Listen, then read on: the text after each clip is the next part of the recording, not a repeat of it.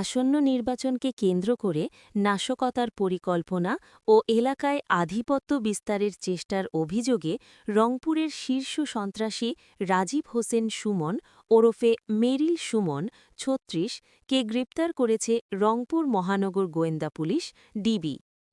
শনিবার ৩ জানুয়ারি দুপুরে বিষয়টি নিশ্চিত করেন রংপুর মহানগর police commissioner Mohammad Majid Ali. Police সূত্রে জানা যায়, গত ২ জানুয়ারি শুক্রবার রাতে ঠাকুরগাঁও সদর থানার কিসমত দৌলতপুর এলাকা থেকে তাকে গ্রেপ্তার করা হয়।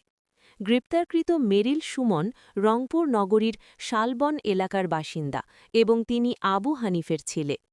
পুলিশের রেকর্ড অনুযায়ী মেরিল সুমনের বিরুদ্ধে অস্ত্র, মাদক, ডাকাতি ও দণ্ডবিধির বিভিন্ন ধারায় মোট ৯টি মামলা রয়েছে। গোয়েন্দা তথ্যে জানা গেছে, মেরিল সুমন দীর্ঘদিন ধরে এলাকায় প্রভাব বিস্তার, চাঁদাবাজি এবং অর্থের বিনিময়ে প্রতিপক্ষকে হামলার মতো অপরাধমূলক কর্মকাণ্ডে জড়িত ছিল। সম্প্রতি সে আসন্ন নির্বাচনের প্রার্থীদের ওপর হামলা, নির্বাচনী প্রচারণায় বাধা প্রদান এবং আইন-শৃঙ্খলা পরিস্থিতি অস্থিতিশীল করার গোপন পরিকল্পনায় যুক্ত ছিল। গোয়েন্দা নজরদারি জোরদার হলে সে রংপুর ছেড়ে ঠাকুরগাঁয়ে আত্মগোপন করে এবং সেখান থেকেই তার ক্যাডার বাহিনী সংগঠিত করার অপচেষ্টা চালায়।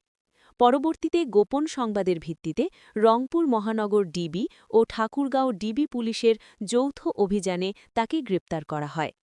রংপুর মহানগর পুলিশ কমিশনার মোহাম্মদ মজিদ আলী বলেন, আসন্ন নির্বাচনকে ঘিরে যে কোনো ধরনের সহিংসতা এবং নাশকতা প্রতিরোধে বিশেষ অভিযান চলমান রয়েছে।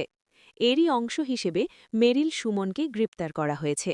তিনি আরও জানান, গ্রেপ্তারকৃত আসামিকে যথাযথ আইনি প্রক্রিয়ার মাধ্যমে আদালতে সোপর্দ করা হয়েছে।